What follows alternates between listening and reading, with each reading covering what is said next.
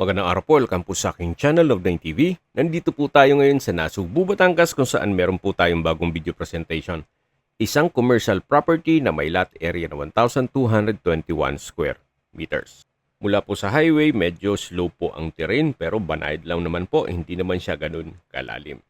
Ang kagandahan pa po dito, meron po itong overlooking view ng ibang parte ng Nasugbu. Kaya maganda po itong gawing coffee shop, restaurant, o di kaya'y private resort.